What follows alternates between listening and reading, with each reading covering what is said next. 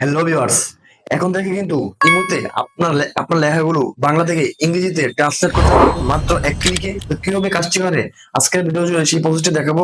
আর এরকম ভিডিও পেতে আমার চ্যানেলটি অবশ্যই সাবস্ক্রাইব করে রাখবেন। চলুন কথা না বেরিয়ে ভিডিওর মূল পর্বে চলে যাই। Let's check it out. তো ফাইন, আমরা এখন চলে যাব ইমো অ্যাপসে। ইমো অ্যাপসে এখন ক্লিক করে দেবো। ক্লিক করে দেওয়ার পর এরকম একটা ইন্টারফেস শো করলে যাকে মেসেজ করতে চান তার আইডি ক্লিক করবেন। সো আমি যাকে মেসেজ করবো তার আইডিতে ঢুকলাম। তো ঢোকার পরে এখন আমি নিচে দিকে দেখতে পাবো যে একটা প্লাস আইকন, এই প্লাস আইকনে ক্লিক করবো। প্লাসে ক্লিক করার পর এরকম একটা ইন্টারভিউ শো করলে নিচে দেখতে পারবেন ট্রান্সলেটে একটা ক্লিক করে দিবেন।